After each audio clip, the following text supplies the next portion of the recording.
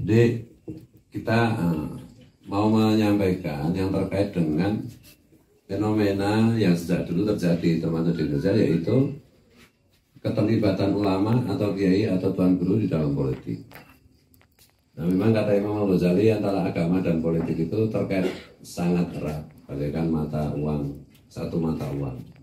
Tapi tentu ada kriteria-kriteria bagaimana semestinya seorang kiai ulamaul akhirah ketika terlibat dalam politik. Nah, karena berbagai macam syarat dan berbagai macam keadaan, maka banyak ulama, terutama ulama-ulama tasawuf, menghindarkan diri dari keterlibatan di dunia politik.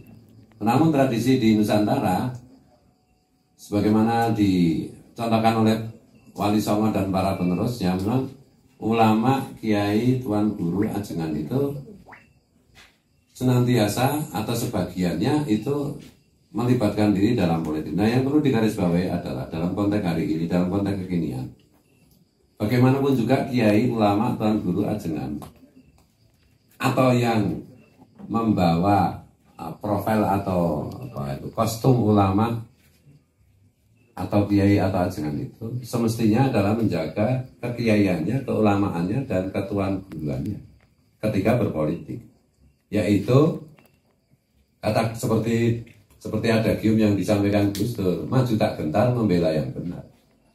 Artinya keperpihakan seorang ulama, seorang kiai dan lain-lain itu atau agamawan itu di dalam berpolitik atau blok politik itu semestinya senantiasa terikat dengan perjuangan nilai-nilai. Jadi kalau misalnya ada 4 kandidat, maka ulama yang melibatkan diri dalam politik itu yang pertama-tama tentu seharusnya dan sewajarnya dan sewajibnya adalah memilih kandidat yang paling sedikit kekeliruannya, paling sedikit kesalahannya di dalam berpolitik, paling sedikit kekurangannya. Bukan dipilih mana yang ngasih uang dan bukan dipilih mana yang kemungkinan menang.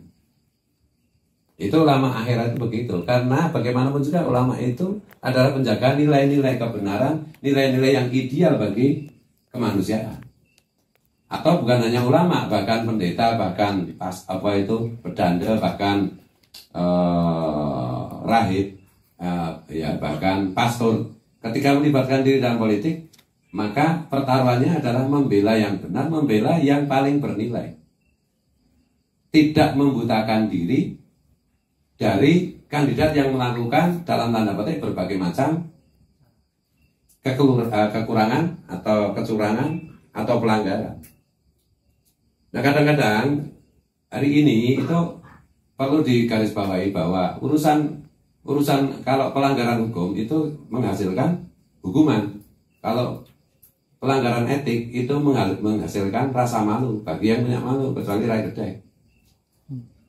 Nah, tetapi pelanggaran etik itu pada hakikatnya secara filosofis itu lebih berat daripada pelanggaran hukum sebenarnya.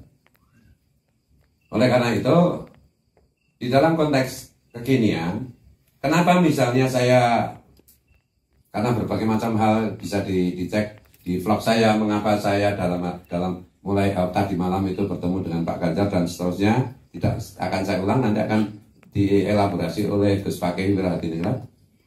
Kenapa saya melibatkan ini? Nah, salah satu alasan yang belum saya sampaikan adalah bahwa saya prihatin karena banyak ulama, banyak kiai, banyak tuan guru yang melibatkan diri di dalam blok politik, tetapi bukan karena pertimbangan nilai-nilai, bukan karena pertimbangan idealisme, yang nanti itu kalau pertimbangan-pertimbangan yang ideal itu tentu kembalinya ke masyarakat. Tetapi pertimbangan-pertimbangan maju tak gentar, membela yang bayar, dan memilih blok yang kira-kira menang, tak peduli apapun yang prosedur yang dilakukan. Ini bagi saya memprihatinkan karena ulama, tuan guru, pastor, pedanda, dan lain-lain itu adalah simbol nilai-nilai bagi suatu bangsa. Kalau simbolnya aja kayak begitu, ya bagaimana dengan masyarakatnya? Tuh. Karena ada tuntutan keteladanan dalam diri orang yang mengenakan pakaian keagamaan.